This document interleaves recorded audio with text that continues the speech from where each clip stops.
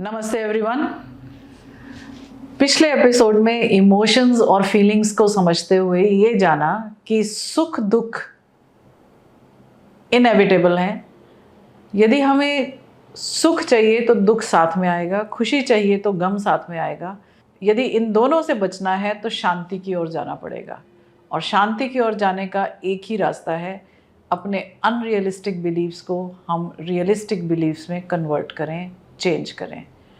तो आज के एपिसोड में हम ये जानने की कोशिश करेंगे हमारे जो अनरियलिस्टिक बिलीव्स हैं उनको हम कैसे पहचानें, उनको कैसे समझें और उनको कैसे चेंज करें रियलिस्टिक बिलीव्स में, और रियलिस्टिक बिलीव्स क्या हैं और हमारी ये जर्नी कैसे रहेगी। तो आइए इसको डिटेल में समझते हैं। मैं स्वागत करती हूँ डॉक्टर महेश परीख का, जो हमें इसके बारे में और गहराई से समझाएंगे। जी सर, ये अनरियलिस्टिक बिलीव्स और रियलिस्टिक बिलीव्स में भेद कैसे जानें और ये जर्नी कैसे तय करें। तो किसी के भी मन में अनरियलिस्टिक बिलीफ है, उसका इंडिकेटर क्या है? जैसे अगर हम गाड़ी चला रहे हैं और फ्यूल इंडिकेटर ऑन होता है जी, तो हम उसको पेट्रोल पंप लेके जाते हैं, जी, पेट्रोल डीजल सीएनजी जो भी भराते हैं, जी, जी, टंकी का ढक्कन खोल के देखते भी नहीं है कि वाकई खाली हुआ कि नहीं। जी, वो अब उस इंडिकेटर से ही पहचानते हैं। पहचान आते हैं। जी, तो वैसे ही किसी के भी मन में अनरियलिस्टिक बिलीफ है, वो मालूम कैसे हो? Emotional disturbance. करेक्ट। जी, अब दुनिया में कितने लोग इमोशनली डिस्टर्ब्ड हैं? सभी। इसका क्या मतलब हुआ कि सभी लोग इस अनरियलिस्टिक बिलीफ में जी रहे हैं। तो मतलब हमारा जो बिलीफ सिस्टम है फॉल्टी है, कंप्लीटली फॉल्टी है। ओके। और इसके वास्ते ये जो इमोशनल डिस्टर्बेंस है इतने कॉमन है, इतने आम है कि हम इसको नॉर्मल समझ बैठे हैं। जी, जी, हालांकि ये इमोशनल डिस्टर्बेंस तो इंडिकेटर है कि आपकी सोच में कोई गलती है, उसको सुधारो। लेकिन उस सुधारने के बजाय हम उसको जस्टिफाई करते हैं। अरे कोई गाली देगा तो गुस्सा नहीं आएगा? कि बच्चा पढ़ाई बराबर नहीं करेगा तो चिंता नहीं होगी क्या? या कोई नज़दीक का गुजर गया तो क्या हम उदास नहीं होंगे? रादर ये हमारा इंडिकेटर है। तो ये तो बहुत नॉर्मल बातें समझी जाती है, रादर इनको तो अप्रिशिएट किया जाता है। अरे देखो वो कितना दुखी हो गया उसके मरने पर, और जो नहीं होता है वो गलत माना जाता है। तो ये मतलब हमारी सोच ही गलत है। सोचिएगा। और यदि माँ चिंता नहीं करती तो ऐसा माना जाता है, अरे माँ को तो चिंता ही नहीं है, परवाह किसी नहीं। बात की। हाँ, बिल्कुल बिल्कुल। ओके। तो अगर हम इस अवास्तविक मान्यता को ढूंढने बैठेंगे तो किसके आधार पे बैठेंगे? हमारी जो अभी सोच है उसके आधार पे। यानी एक गलत मेजर टेप अपने आप को अपने आप से नापती है उसकी गलती ढूंढने के लिए, तो क्या वो मिलेगी? नहीं मिलेगी। नहीं मिलेगी। इसलिए हमको ये डायरेक्टली नहीं पता चलेगा, हमको बहुत इनडायरेक्ट वे से जाना पड़ेगा। वो कैसे? हमारे जो इमोशनल डिस्टर्बेंस है वो बताते हैं। तो जब जब इमोशनली डिस्टर्ब हो तो समझ जाएं कि कुछ गलती हुई है, यहाँ पर हमारा जो बिलीफ सिस्टम है उसको हमें दुरुस्त करना है। करेक्ट जी। तो फिर रियलिस्टिक बिलीफ कैसे ढूंढेंगे कि अच्छा ये वाला तो गलत हो गया, तो सही क्या है, वो कैसे ढूंढेंगे? इन शॉर्ट, रियलिस्टिक बिलीफ वो है कि जो हकीकत है उसके मुताबिक है। ओके जी। अब आपको एक उपमा दूं कि जब बारिश होती है जी, और अगर छत में लीकेज है जी, तो क्या होगा? पानी अंदर आ जाएगा। अब आप क्या करेंगे? वो पानी इकट्ठा करेंगे, चाहे बाल्टी रख के या कोई बर्तन रख के। हाँ, क्योंकि वो रिपेयर जब बारिश होती है तब नहीं हो पाएगा। हाँ, तो बारिश में तो रिपेयर नहीं कर सकते। करेक्ट। तो बाल्टी रखी, टेम्पररी राहत हो गई। राइट। परमानेंट सोल्यूशन नहीं आया। जी। परमानेंट सोल्यूशन कब आएगा? जब बारिश रुकेगी और सूख जाएगी छत तो हम उसको रिपेयर करेंगे। राइट। तो इस उपमा में जो बारिश हो रही है वो स्ट्रेस है। जो बारिश हो रही है वो स्ट्रेस है। जी। पानी जो अंदर आ रहा है वो डिस्ट्रेस है। ठीक है, वो जो हमने पहले एपिसोड्स में बात की है कि जब डिस्ट्रेस होता है वो हमें नुकसान करता है।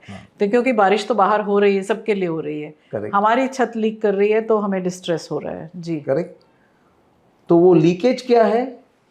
हमारी अवास्तविक मान्यता है। ओके, जो लीकेज है वो हमारी अनरियलिस्टिक बिलीफ सिस्टम है। राइट।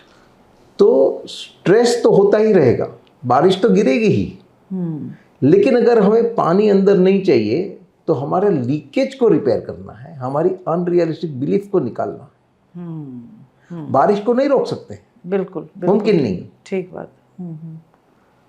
जो बाल्टी रखी वो टेम्परेरी मेजर्स है। जो टेम्परेरी मेजर्स जो हमने कहे थे कि आप रिलैक्सेशन कीजिए, वेंटिलेट कीजिए अपनी भावनाओं को, आप मेडिकेशन ले सकते हैं या फिर अपनी हॉबीज़ को क्रिएटिविटी को बढ़ा सकते हैं। जी, तो वो सब टेम्परेरी मेजर्स हैं। जी, उसको हमको इस्तेमाल करना है। जी। लेकिन फिर याद रखना है कि छत सूखने के बाद हमें रिपेयर करनी है। जी, है। जी, जी, जी, जी। बहुत अच्छी बात आपने कही कि बारिश जो है वो है स्ट्रेस, जो लीकेज है वो हमारा अनरियलिस्टिक बिलीफ सिस्टम है, जो बारिश का पानी अंदर आ गया है वो डिस्ट्रेस दे रहा है, वो हमारा डिस्ट्रेस है।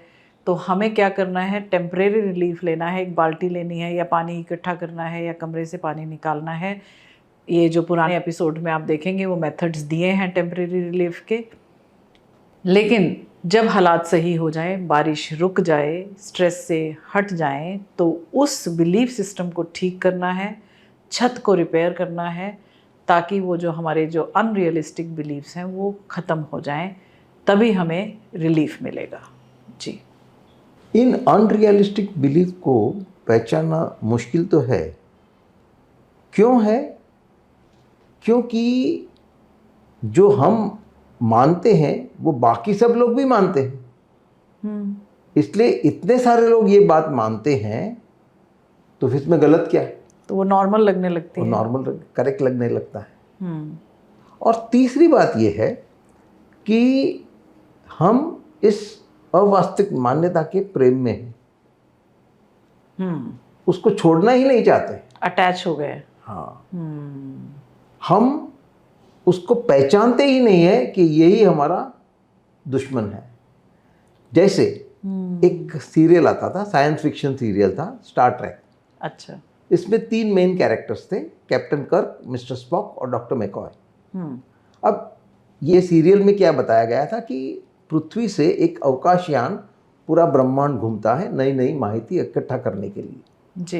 एक एपिसोड में बताते हैं कि वो एक ग्रह पे उतरे जहाँ एक राक्षस रहता था, जिसके पास ये काबिलियत थी कि किसी का भी मन पढ़ ले और जान ले कि उसकी चहेती व्यक्ति कौन है। अच्छा। और फिर उस चहेती व्यक्ति का रूप धारण कर ले। ओके। उसके कारण काफ़ी कुछ गैर समझ हुई और सबको बाद में मालूम पड़ा कि हाँ ऐसी कोई हस्ती हमारे बीच में है, इसलिए उसके ढूंढने लगे। ढूंढा तो वो पकड़ा भी गया। पकड़ा गया तो उस पर बंदूक चलाई मारने के लिए। मरा तो नहीं, लेकिन उसको ईजा हुई और वो इंजर्ड राक्षस अपनी जान बचाने के लिए भागा। डॉक्टर मैकॉय ने उसको भागते देख लिया तो उसका पीछा किया। तो वो राक्षस भागते भागते एक रूम में दाखिल हुआ और डॉक्टर भी उसके पीछे पीछे वहाँ दाखिल हुए। ओके। वहाँ राक्षस ने डॉक्टर का मन पढ़ लिया और जान लिया कि उसकी चहेती व्यक्ति उसकी पत्नी है। अच्छा। इसलिए श्रीमती मैकॉय का रूप धारण कर लिया। ओके। अब डॉक्टर उस राक्षस को ढूंढ रहे थे, वो अपनी पत्नी को वहाँ अचानक देखते हैं तो पूछते तुम यहाँ क्या कर रही हो? अब क्योंकि वो ईजाग्रस्त था, इसलिए जो मिसेस मैकॉय का रूप थोड़े क्षण के लिए छूट गया। अच्छा। अपने असल रूप में आ गया। लेकिन थोड़े क्षण में वापस उसने मिसेस मैकॉय का रूप धारण कर लिया। लेकिन ये डॉक्टर के लिए पर्याप्त था जानने के लिए कि ये मेरी पत्नी नहीं है, असल में ये वो राक्षस है। और उसने बंदूक चला के उसको मार दिया। जी। वहाँ एपिसोड खत्म हुआ। देखने वाले को क्या लगेगा, किसे मार रहे हैं? अपनी पत्नी को। हालांकि असल में किसे मार रहे थे? राक्षस को। तो हम अपने जीवन के इस राक्षस को पहचानते ही नहीं, क्योंकि उसने हमारी चहेती व्यक्ति का रूप धारण कर लिया है।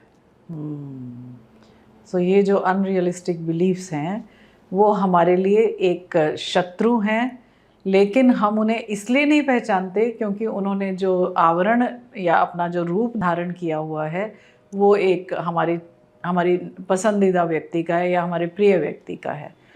सर ये बहुत सारे ऐसे रेफरेंसेस हम स्क्रिप्चर्स में भी देखते हैं ना, कि जैसे अभी आपने जो एग्जाम्पल दिया है वो स्क्रिप्चर्स में भी ऐसे है ना कि कई राक्षस जो हैं वो आपके आसपास, जैसे सीता के हरण के समय रावण ने एक रूप ले लिया था, साधु का रूप ले लिया, या फिर वो जो हिरण का रूप एक राक्षस ने ले लिया था। तो ऐसे बताया तो बहुत कुछ जाता है लेकिन हम उसको समझ नहीं पाते हैं। हाँ। हम उसको कहानी के रूप में ही समझ के और उसको एंजॉय करके छोड़ देते हैं और फिर सोचते हैं हमारे भगवान भी कैसे थे, क्या क्या काम करते थे, पर उसके भीतर जो अर्थ छुपे थे या जो उसका जो हमें समझाना चाहते हैं वो हम नहीं समझ पाते। तो ये बात बहुत अच्छी आपने बताई कि ये जो अनरियलिस्टिक बिलीव्स हैं वो हमारे इतने प्रिय हो चुके हैं और हम उनके साथ इतने अटैच्ड हो गए हैं, ना तो उनको गलत समझते हैं और ना हम उनसे छूटना चाहते हैं, उनके साथ पड़े ही रहना चाहते हैं। तो अब हमें ये समझना है कि किस तरीके से उन्हें पहचानेंगे और कैसे फिर आगे बढ़ेंगे।